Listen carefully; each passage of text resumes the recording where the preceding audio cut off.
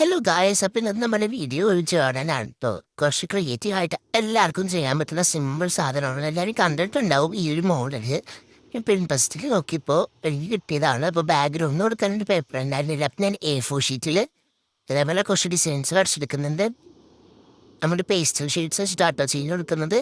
പിന്നെ എനിക്ക് നല്ല പനിയും ചുമയൊക്കെ ആയിരുന്നു. അതുകൊണ്ടാണ് പിന്നെ വീഡിയോ കണ്ടിരുന്നത്. പിന്നെ എക്സാം വരുന്നു കേട്ടോ.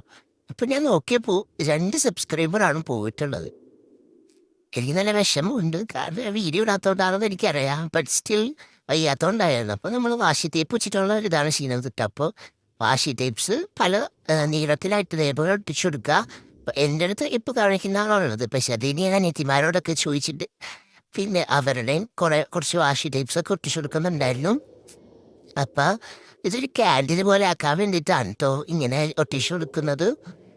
പിന്നെ എല്ലാവരും എൻ്റെ ചാനൽ ആദ്യമായിട്ടാണ് കാണുന്നുണ്ടെങ്കിൽ ലൈക്ക് ചെയ്യുക, ഷെയർ ചെയ്യുക, കമൻറ്റ് ചെയ്യുക, സബ്സ്ക്രൈബ് ചെയ്യുക.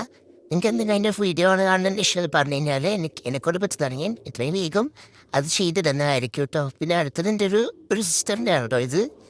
ഇത്രയും ബർത്ത്ഡേ ഗിഫ്റ്റ് എടുത്തിട്ടുണ്ടായതാണ് അവൾക്ക്.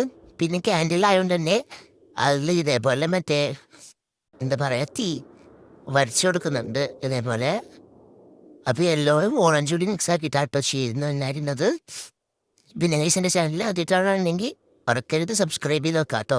പിന്നീട് മേക്ക് വാഷി വിഷ് എന്ന് പറഞ്ഞിട്ട് അതും കൂടി ഒട്ടിച്ചു കൊടുക്കുന്നുണ്ട്. അതുകൂടി കഴിയുമ്പോഴത്തേക്കും നമ്മുടെ ഈ ഒരു സ്പ്രെഡ് ഇവിടെ കംപ്ലീറ്റ് ആയിട്ടുണ്ടാവും കേട്ടോ. അതൊരു എന്താ പറയുക ക്രിയേറ്റീവായിട്ട് ചെയ്യാൻ പറ്റുന്ന ഒരു ഇതാണ്.